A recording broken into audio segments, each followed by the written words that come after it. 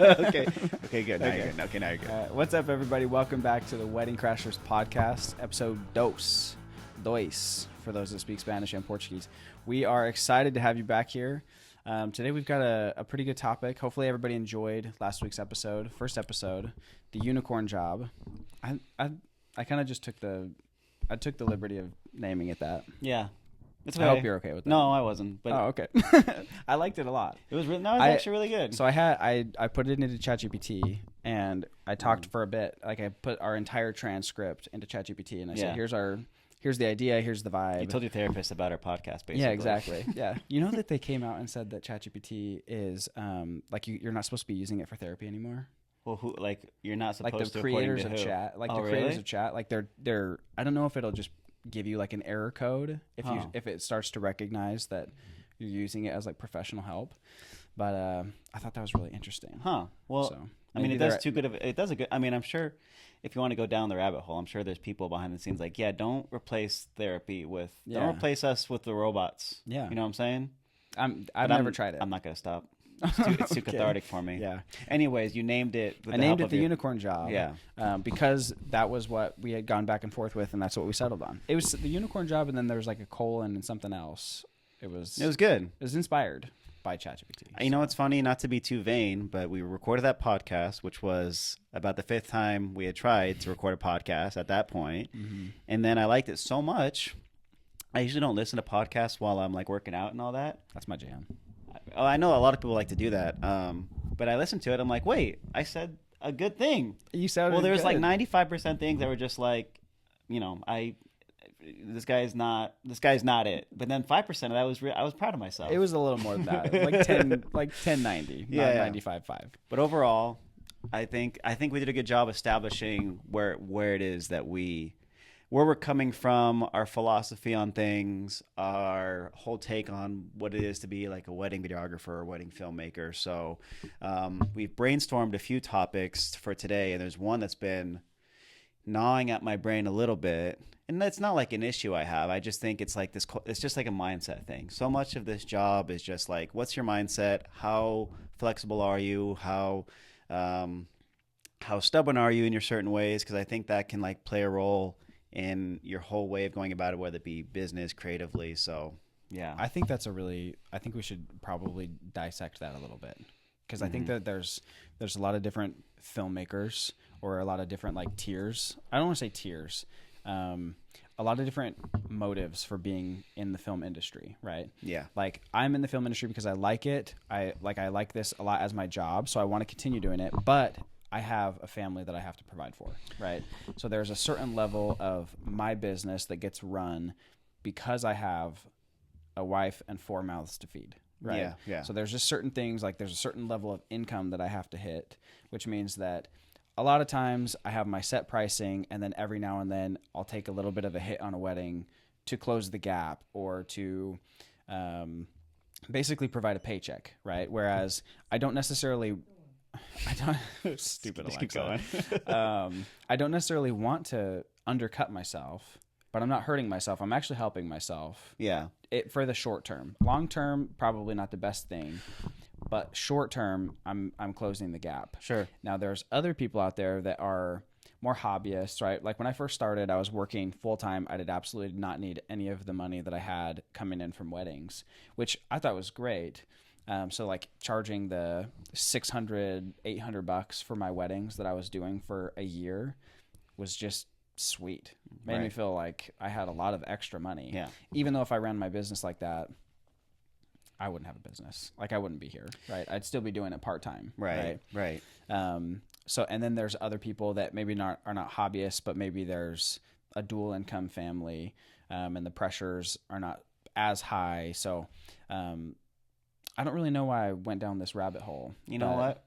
Well, there's some things I think we'll talk about. I know that we've said that we'll go into the next episode as far as how to level up. And there's growing pains basically with every single level. And so there's going to be a problem or a thing to overcome. And that's just business, I think. Whether you're creative or not, that's just business. I'm going through a good problem right now. 5 years ago, if you would have told me that I had this specific problem because of going up and up in terms of like the leveling up in the wedding world and the kind of weddings that I'm doing and the demand that's there, I would have been stoked and like to think that that was my problem rather than not having people book me at all. But I'll go into it more next week. Is it's a good thing to have, but I think just in general, wherever you find yourself in and whatever your mentality is and whatever your the structure that you have at home or the dynamic in which the reason why you do what you do as far as like this job or any job, starting a business, being a creative,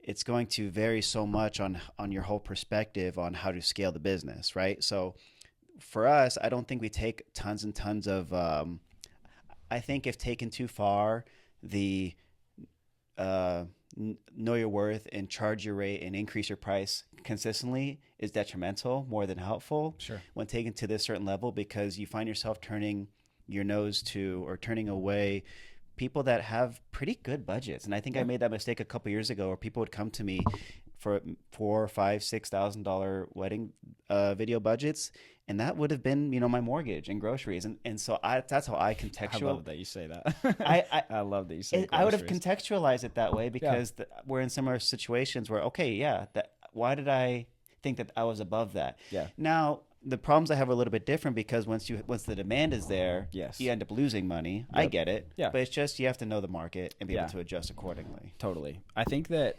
honestly, the turning your nose up at certain things simply because you are a quote unquote $6,000 videographer or $8,000 videographer or a $10,000 videographer, to turn your nose up at something thinking like there will be higher price coming, but you're not really sure of that, or maybe that you haven't had that that longevity in your business to actually know that those things are coming around the corner. Like, for example, there was that wedding that I don't know if you want to say the locations. We'll say there was an out of country wedding that you got that ended up falling through, and you were like, I don't even care because that's a popular day. I know something's going to come. Yeah.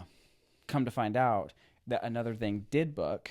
It was for the same, if not a little bit higher of a budget, and a lot of good things came from that wedding. Yeah. So when you were and at the time, that wedding that fell through, I was still doing, $3,000, $4,000 weddings. You said that, and I'm like, that's insane. Why are you just gonna let that fall through? And you're like, it's okay. Like something's gonna come around the corner. And not to say that it wasn't painful. I'm sure it was. Yeah. But there was a certain level of your mindset where you're just like, the demand has been there for a year plus, 2 years plus.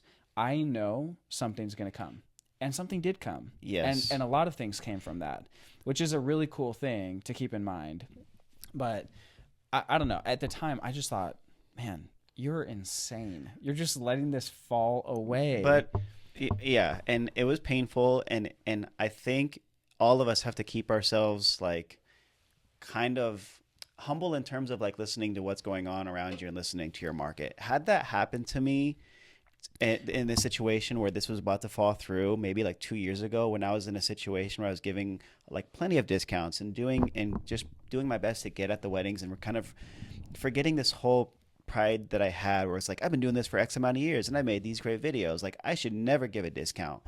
I'm just paying. I'm more maybe like that right now just because of demand and wanting to do good by my clients by not taking too much volume. Yes. But luckily, that's come with time. And luckily for that time, the market had been showing me that what I said was going to be true. Now it hurt to give back. What it was at the time, this wedding was going to be the biggest package I had ever booked by far, and they had paid their retainer, so that money was gone. Yeah, and I had to return that money to them, which sucked. And I'm just like, I can't really fight for this because there's too many red flags here. Where I know that I'm going to be kicking myself if I do all these things and bend over backwards to make it work. Yeah. But if I was in that same spot I was a couple years prior, where I definitely need to make it work for the sake of myself and my family, I would have done that. Right. Yeah. So that's an important caveat. Yeah. Right? Is like, if there is, we have the thing up on Zoom. If there is like you had plenty of statistics, or at least a good enough gut feeling, like everything's going to be fine. I've been in a better situation for however long, right? But if I'm in year 1, 2, 3, 4, and I'm not sure what's around the corner, and I'm still just kind of fighting, job to job, Yeah, like the idea to like turn your nose up at something because they had, $6,000 budget, but you're a $7,000 videographer. I think that could be a little silly at times. Yeah. I think we find ourselves, and that's one end of the spectrum. I think the other end of the spectrum is being in this lower side of things. And that's what I think we want to talk about today is being on the, I look at this every now and then as, a few years ago, being a $3,000 videographer, looking at wedding videos for people that were, I know for a fact they're charging between $10,000 and $15,000, and I'm like, why? Like, I make those videos. Like those are the videos that I make, right? Yeah. So I think we should jump into the meat of the podcast. So talk about the Josh Allen wedding. Okay, so I had this thought the other day, and I think I've had a good amount of humbling throughout my career in order to kind of to have this mindset now where I don't want to be one of the vendors in general that might see another creative's work or see maybe someone that shares a maybe more simple style or look at maybe a simple photo, but it happens to be this super luxury event. And I think the comparison game is so dangerous, and it's really easy to fall into because our job is to market on social media. So naturally, like we like to be inspired by other filmmakers or other photographers or what other people are doing. Even planners, I'm sure, from planner to planner, can go into online, and just be like, I could have done that. I think we romanticize our abilities quite often and just say to ourselves, I could have taken that photo, or I could have made a better video. And I think we kind of lose ourselves from the point in general, because the end product, which is the gallery or the photo that you see or the clip online, is just the tip of the iceberg. I respect any and all people that lay this whole lay this whole foundation in order to make it to those really high-end celebrity weddings, charge this much. And I think it's a more novice thing when you're newer to the game to think that, okay, I take stuff like this all the time, and I've been doing it for a few years, and I've taken all this volume, and I'm still only charging this much. But I see someone with a similar style to me and a similar way of posing people, and their galleries like really similar to mine, but they're charging $15,000-$20,000. How's that fair? And again, like I know a lot of people may not subscribe to that way of thinking, but I've met plenty of people that do, and I just want to commend those people that have made it because they didn't get there on accident. Right. They didn't get there. Like whether it be what you can say what you want about like the style that they do. And people know me. I tend to not try to make things like other people. And I'm trying to lay my own foundation of making it to those maybe celebrity or high-end weddings. That is my goal, to do them more consistently, but bring a whole new feeling to them that maybe, again, has not been really felt in the luxury space before. And luckily, thanks to the European videographers, I think people are more open to it. Say their name. I'm not going to say their name. But I'm never going to like point at something personally myself and be like, I could have done that so much better. What the heck? And I could have charged way less for it, because I know that they did those hard things to get there, whether it be connections, whether it be servicing or free video deliverables for different planners or couples or clients, putting sweat equity, putting in their own money, talking to different magazines, having continuous communication with people that would want to get their stuff publicized, and so I think there can be kind of a disconnect between the art that they produce and the manner in which they got to where they're at, if that makes sense. No, 100%. And I think we could boil it down to this. Okay, so while you're talking, I'm kind of having this like epiphany, right? You said, they didn't get there by accident. Yeah. They didn't just find, like Jose Villa didn't just find himself at Demi Lovato's wedding. Right, like that. Like that was not something that just happened. Demi Lovato did not just search wedding photographer. Jose Villa popped up and she's like, this guy looks good, right? It was connections and it was relationships. And so, yes. So, and that's the point where it's like, okay, let's take it way less scale, because none of us are Jose Villa. No one here is filming Demi Lovato's wedding, right? But like, let's say, a cheerleader or local, like a football player, or baseball player, right? So let's say that it's one of these weddings and a filmmaker's out there looking at a video that you make, right? Or somebody makes for this person, and they're like, man, like I could have done that. Like I can't even and they find themselves in this like mindset, like why am I charging this low? Like how come I can't be charging more? Like how come I'm not at these weddings, right?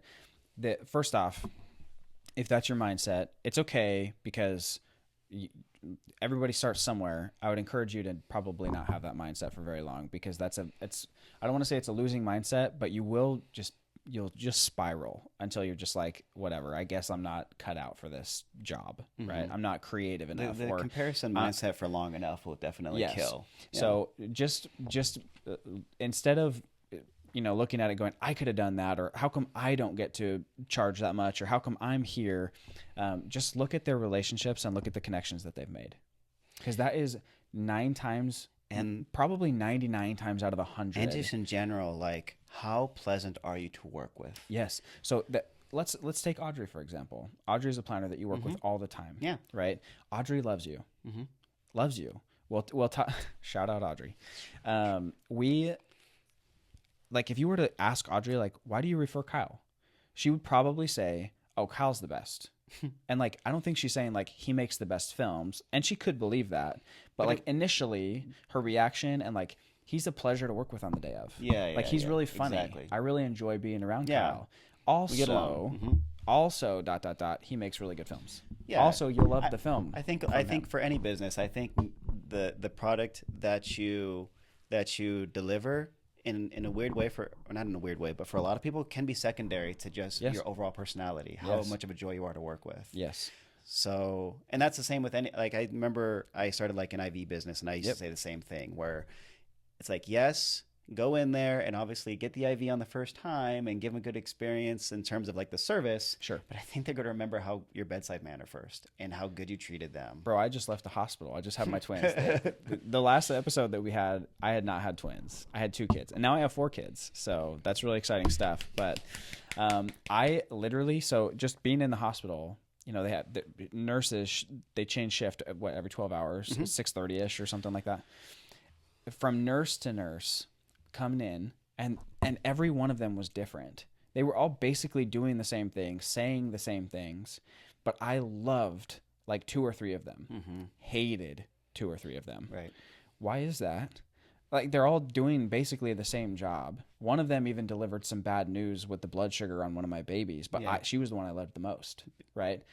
It was not because of the product or the service that she was providing. It was because of her bedside manner. Yeah. Because she was really nice. It seemed like she actually cared. And understanding. When she came in the room, she was very pleasant, right? Like, I didn't cringe when she came in the room. Yeah. Other people delivering great news. Hey, this blood sugar was great. And I'm like, great, get out of my room. I don't want you in here anymore, right? Like, that was the feeling that I had, even though, like, their product or service, quote unquote, was better than the other one. But I liked the other one.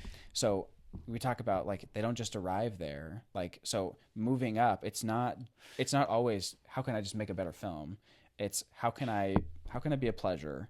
How can I be good to these people? How can I be fun to work with? How can they want to work with me again? And I want to emphasize the second point, kind of bringing it back to, once you start to level up, you'll notice maybe a little bit different things in, like, cultures and way to go about, like, maybe even like talking to people or communicating with planners, a little bit more professionalism as you keep going up. But you also have to understand, when these high-end vendors take what you might deem as, like, they're beautiful photos, they're always going to be beautiful, but if they take a photo or a few photos or a few videos, for example, that you would think that, like, what like, I don't really understand how they got to where they, and I'm not trying to, like, villainize anyone that thinks like that, but I also want to emphasize something. Like, you may see, like, maybe photos or videos that you could quote unquote do, but could you have dealt with the pressure that it is to be there that day? Because as you start to level up, there's a certain amount of pressure that goes on when it comes to, like, oh my gosh, I finally got, like, a destination wedding for Italy for, like, a celebrity.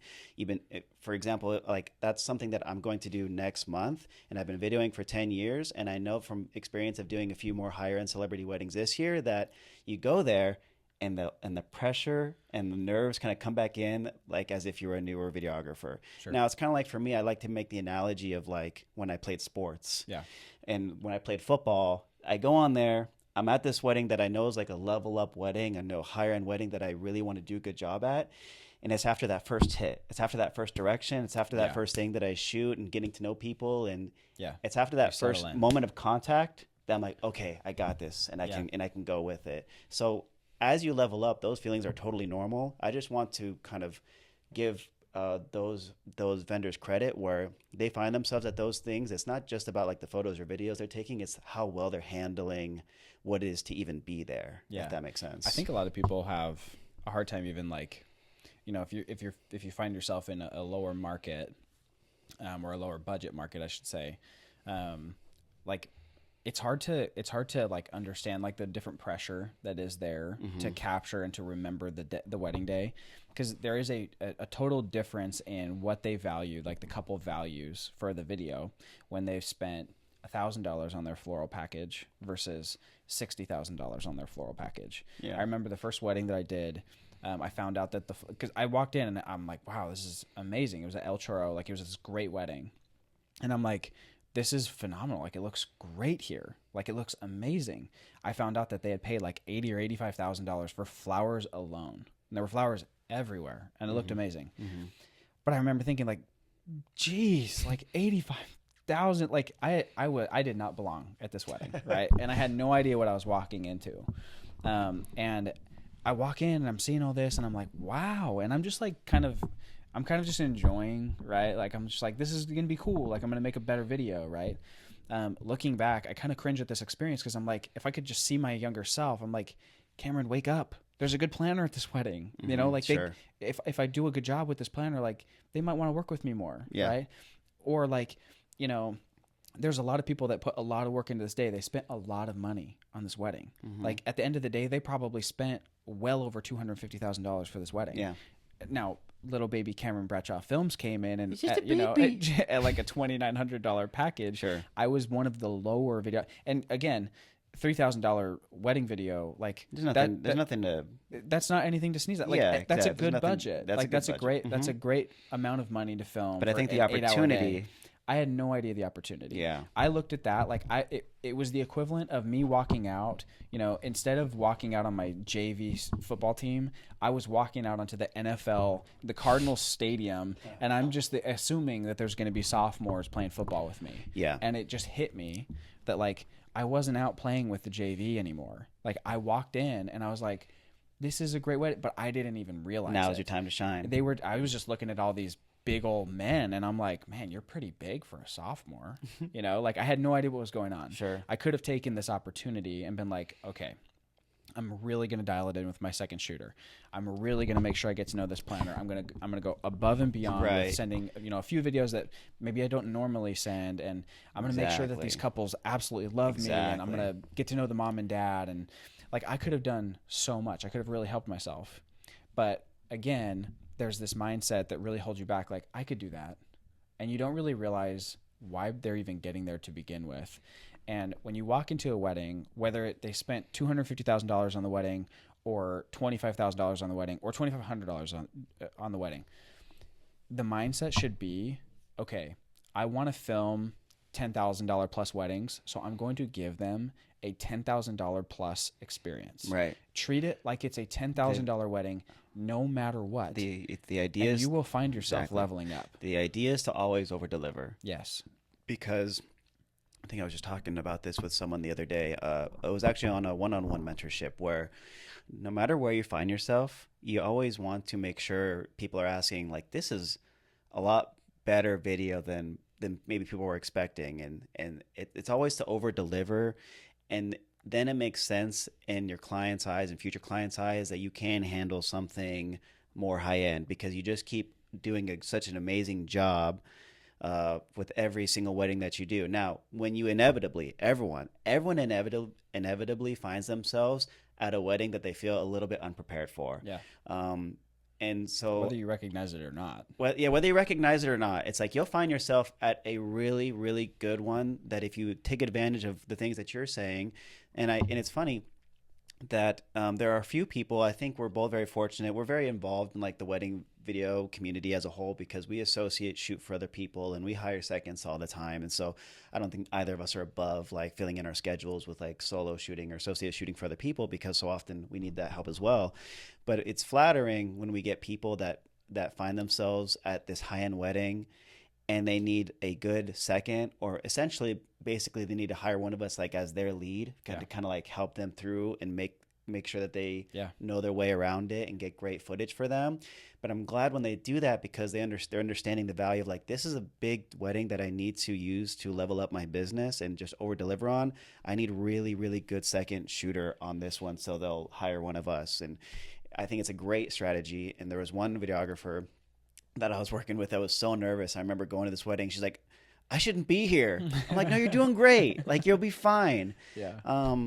And so, and look, let's just air it out there. Maybe that's true. Maybe like, because I shouldn't have been at that wedding, right? I had no business being there. I don't even really remember how they found me. Like, probably Arizona wedding videographer, and I popped up and they found me.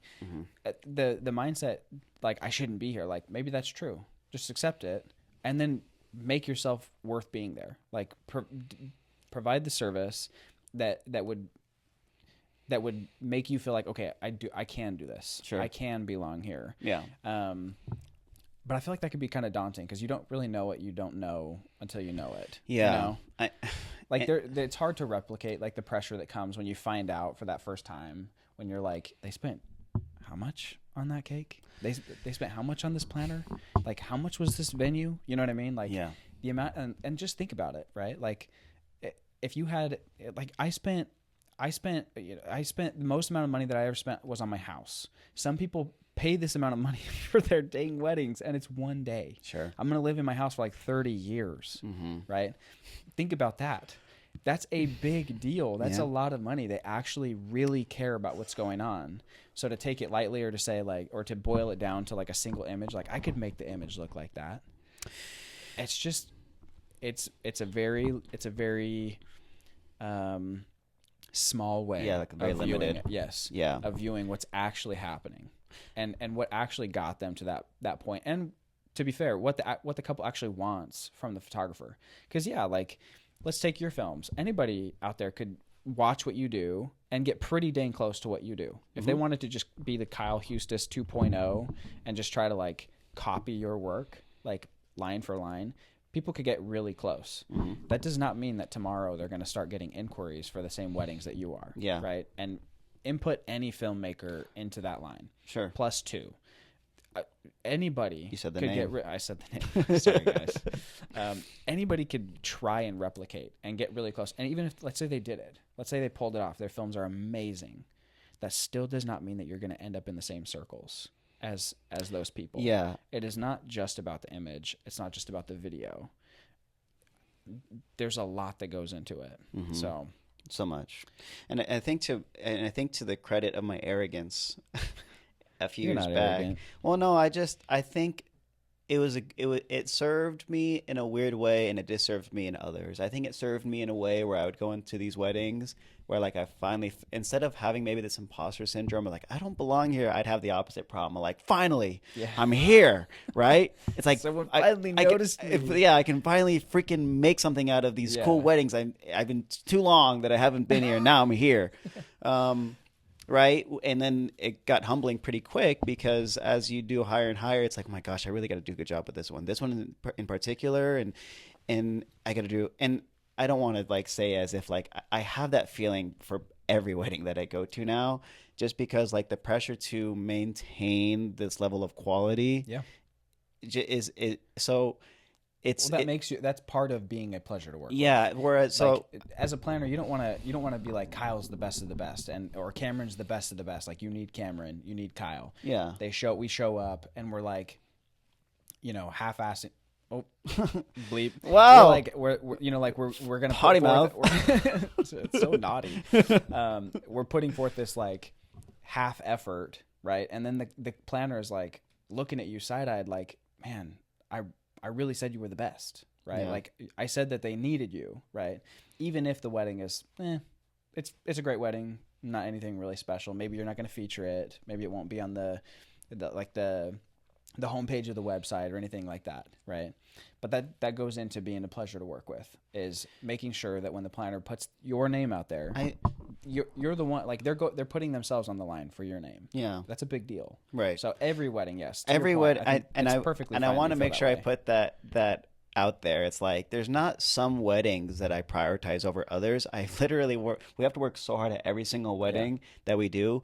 I think that when it comes to certain weddings that will like, oh my gosh, like this one is going to lead to other weddings like what I want to do specifically. That's what I'm trying to say. Yeah. It's like if I do this really cool destination wedding and my goal is to keep doing destination weddings and these cool wedding weekends, then I know that I need to hit it out of the park for the thing that I want to continue to do. Yeah. Everyone's goals may be different. If people want to be elopement videographers and they're about to get this elopement, now not every elopement is really, really high end and like high spending, but that's what fulfills them. Yeah. Then they know when they find themselves at like in Sedona or whatever, Montana, wherever it may be, like the pressure's going to be on them. Totally. Regardless of how crazy, classy, whatever it may be. If people want to be a specific kind of event videographer, it's just a matter of like what it is that you prioritize, where you want to be at. Now, for me, obviously, and for you, my goals are very much tied to my financials for the sake of me and my family.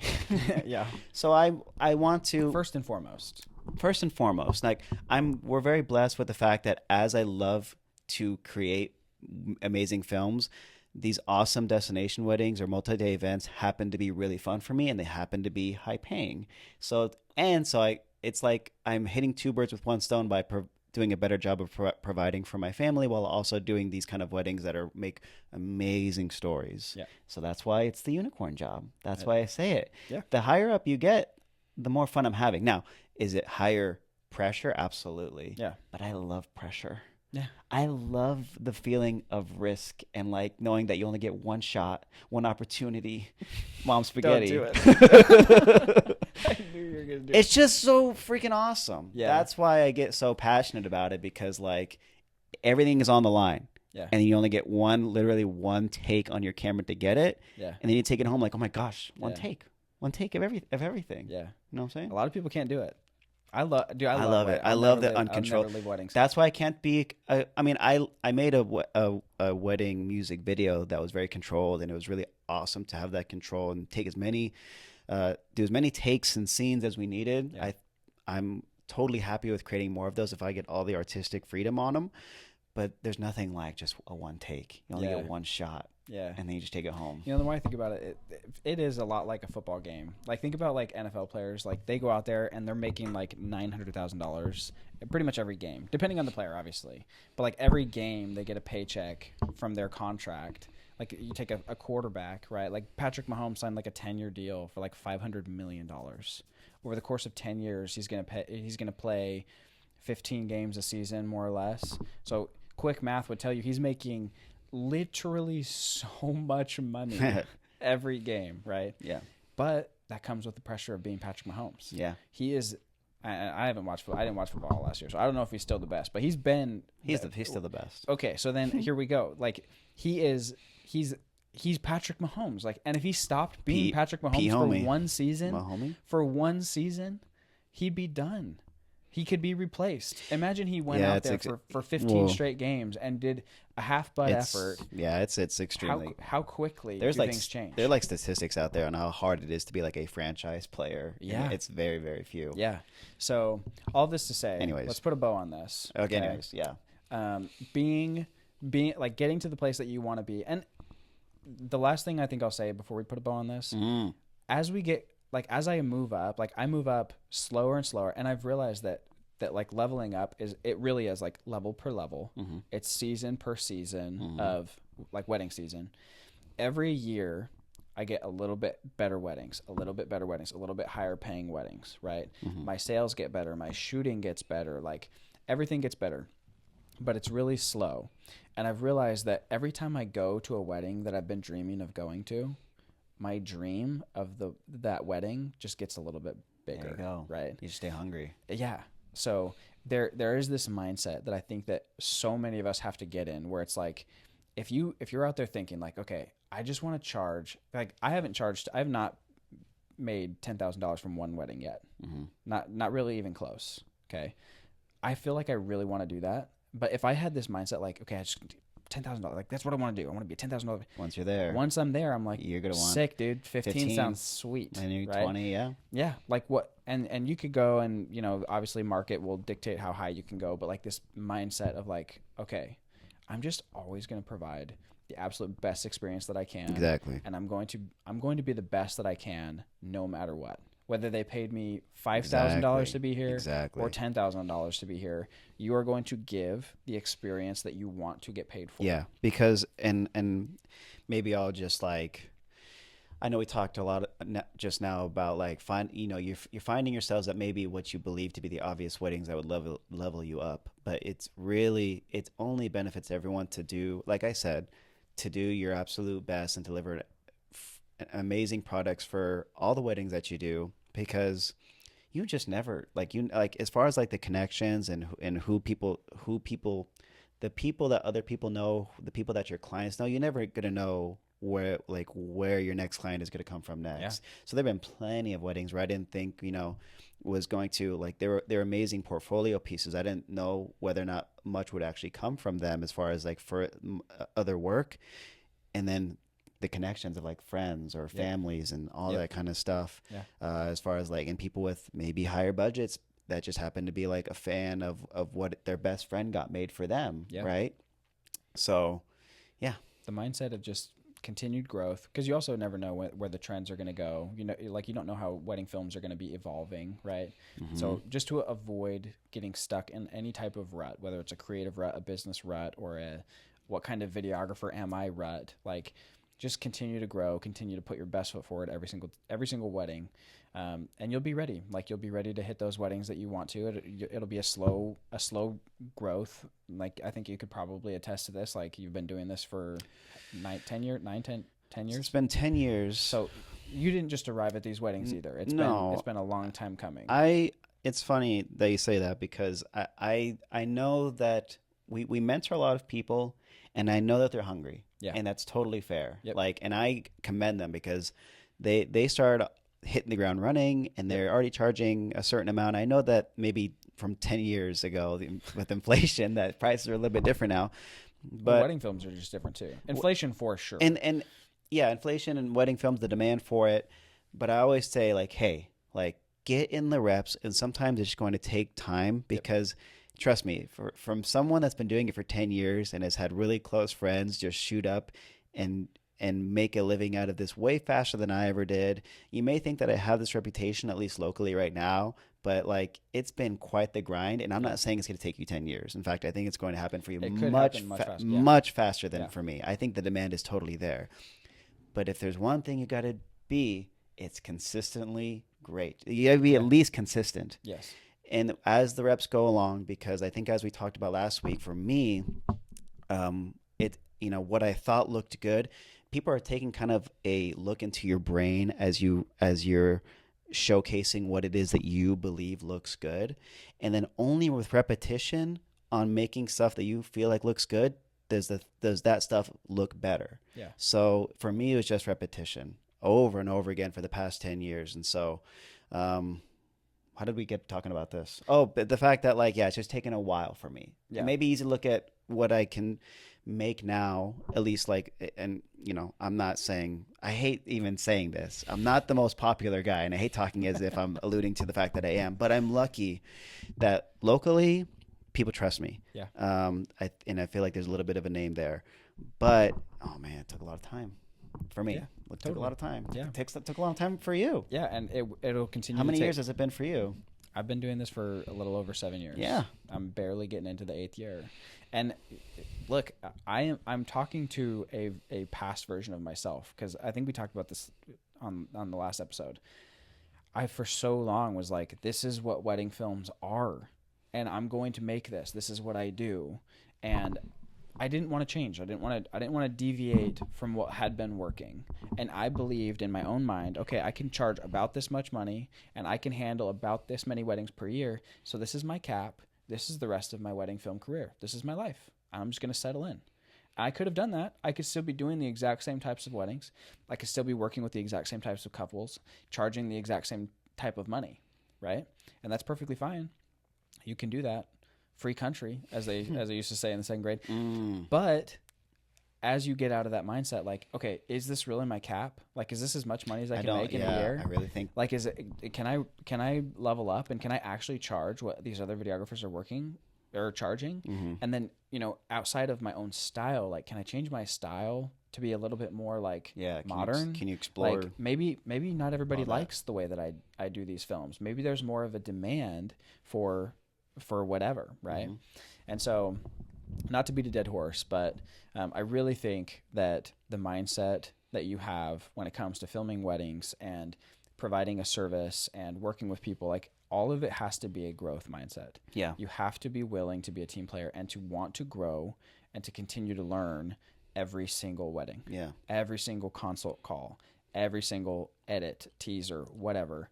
It all has to be a growth mindset. And I think that keeps you out of any ruts. And it keeps you growing. It keeps you moving the needle forward, right? And it's all very exciting because it's still this brand new. Yeah. It's still this brand new job. I get chills every time we talk about it's a brand this. new career. Yeah. It's like there are few people, very few, that have like totally excelled as far as like doing wedding videography full time and then being an educator in that space. It's so exciting just because of how new it is. Yeah. So yeah, even if people want to get in now, we get messages from plenty of people that are in the video space and production, and I really want to pick their brains a little bit more, because for so long production was definitely considered the more steady and good job. But I have a totally opposite philosophy on that myself. I know I've only ever been really in wedding video, and I've only dabbled in production just a little bit. But I think the benefit of being this freelance wedding videographer is only increasing so much that the risk reward ratio is so heavy on reward if you do a good job of promoting yourself and making a name for yourself and doing all those things that we say. So it was funny. Sorry, last thing before we wrap it up. But I remember when I quit my hospital job, I was like, yeah, I'll keep being a wedding videographer, but I think it'll be smart for me to get some retainers for some businesses. Yeah. Because consistency. That was like terrible idea. But consistency was in my brain. Like, how can I realistically make weddings this full-time thing? Sure. Limited mindset. And so, and it's only was limited for the fact that, and to this, you didn't know what you didn't know. Yeah, but also for anyone that wants to make wedding video a full-time thing and you're just getting started, do what you have to do, right? Take those retainers, do those creative jobs, take those photo shoots. Yeah, I did the same thing. Do something that's not wedding video related. It doesn't matter to any of us. But I think the heavier you lean on wedding video, if that's what you really want to do, you won't find any other time to do anything else. But you'll be same thing with the hospital. I felt I was losing money, ironically being at my stable job. I feel like I'm losing money doing these other projects because luckily the benefit of continuing to promote myself as the wedding videographer is paying off in terms of the return and the demand of the clients that are coming to me. I wouldn't be doing it alone and losing money out of spite. I wouldn't be doing wedding video alone and losing money out of pride. I'm just following it now because that's the reality of this of the business that I've built. So let's put a bow on this. Have a growth mindset. I think that's going to be the biggest takeaway from this. Be a team player, be a pleasure to work with. And I think it's just a little bit more enjoyable to look at other people, and instead of thinking like, oh, I could do that, just look at what's good about it. You know, say 5 great things that you liked, and then say no bad things. No bad things. No bad things. I hate bad things. Be a little more humble. Just be happy. Yeah, be happy and just grow.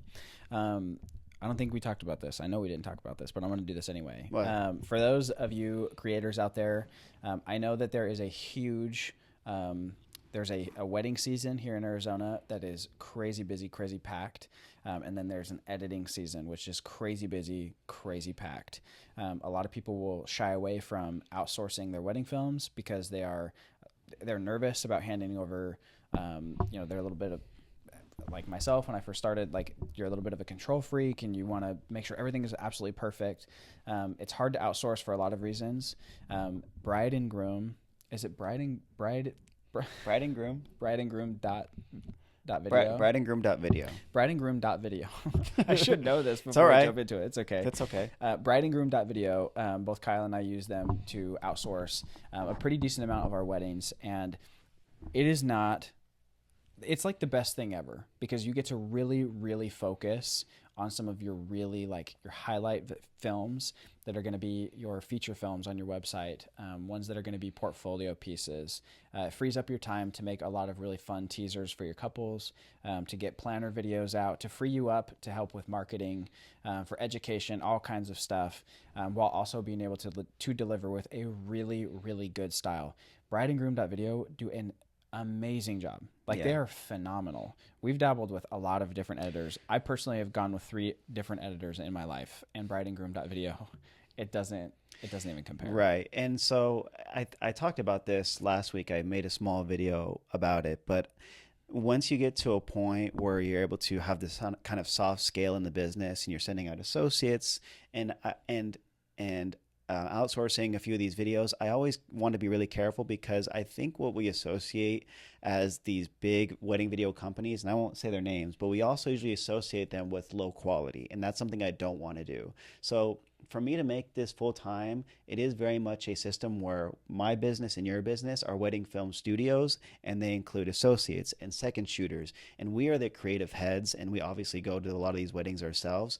But everything that has to pass by me has to definitely pass by and come out as far as being a deliverable with a certain level of quality. And so it's been a few different editors that I've had now. And the main problem that I had was that anyone that can edit like me is already busy doing things themselves. Yes. Nor would I want to pay them or can't afford to pay them for their great work because they're doing their own thing.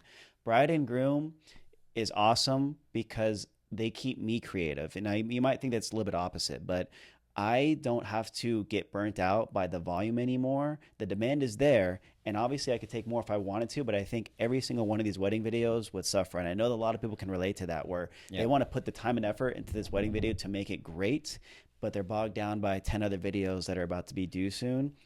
Now, Bride and Groom is great because I always have a continued reference because I'm always making stuff that I really love and I have time for to later show the editors exactly what it is my style now. And there's a revision process. The first 2 films that I sent out didn't need any revisions. Yeah, which is phenomenal. Which is great. And you're allowed up to 2 revisions.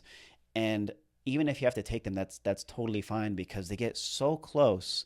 And then there's just a few things. You only spend like 10, 15, 20 minutes making those revisions. They're always really great in keeping you in the loop as far as delivery day, as far as how far out the revisions are going to be. And so I continue to be creative because I'm not bogged down by the weight of my editing queue. And so if you want to be able to have a scalable business without sacrificing quality, I believe editors are the way for sure. And Bride and Groom is a great one. Yep. And on top of their really easy to use interface, it is very user friendly. It is very clean. It is very professional. You have a dedicated person that sticks to you and your company. So you're always talking back and forth with the same person. And not to mention, they are affordable and they are quick. Like the communication is very good, and they offer a 7-day turnaround time, which is really great. If they need to take a little bit of extra time, they're in constant communication with you. They're a phenomenal company. We could not recommend Bride and Groom.video any more than we do. If you'd like $100 off your first edit, enter. Is it Crashers 100? Crashers 100. I should know these things. You know what? We're not going to edit this either. It's know. Crashers 100 for $100 off your first edit. You will love them. Go check them out. Yeah, check them out. Okay, cool. Let's put a bow on this. This has been. I thought great. that was the bow. That was. That was just the end bow. We put a bow on it. Now this is a third bow. All right, we're going to put the 4th bow. Thanks for listening to the podcast. If you have not already, follow us on Instagram. Wedding Crash. I need to learn all of our handles. Okay. I need to learn Shut all up. of our I'm handles. going to finish this. I'm putting the 5th bow. We are weddingcrashers.co on Instagram, and our website is theweddingcrashers.co. You can go on there and you can find our podcast. You can find any updates as far as we have for masterminds and for our retreat this November 17th through 20th. We are hosting a big retreat in Oregon with John Bunn and Boomer from Multiply Sound. We're going to have a pretty stacked lineup. We're going to have 6 couples and 6 style shoots in total over the course of the 2 days, along with bonfires and hanging out. I was gonna make you. We're not say gonna have it. fire dancers. No but fire we might dancers. Have, we might have Unfortunately, no fire dancers. bonfires. Yep. That's coming up relatively soon, and we've been planning it since March, so we're super excited about it. Yep. And overall, just the exciting things that have been happening in general. Our masterminds have been great. Our one-on-one mentorships have been awesome. So if you want to know how to sign up or look into any of that, follow us or look at our website, and you can get more info. Yep. Last thing. Go join our school community. It's absolutely free. Sixth- It is Wedding Crasher. It is school.com. To put the sixth bow. No, this isn't a bow. This is just the final part of the bow. It's just like the ribbon that's hanging off the back. Yeah, sick. It is SKOOL, school, SKOOL.com/Wedding Crashers. Join our community. It's absolutely free. It is free. Free. I You'll love free join. stuff. It's like a Facebook group, except it's not 2009 anymore. Yeah. And you don't need to not log into Facebook. We don't offer a marketplace, which Yeah, is you basically can- the only thing Facebook is good for. Yes. So you can also find that on our website. So just go, join, be a part of the conversation. It's going to be awesome. And then as we grow, you'll be able to have access to our video library and all kinds of other things. Okay. It'll be amazing. All right. Thanks for All joining right. us. I love you. Say it back. Say it back. Bye.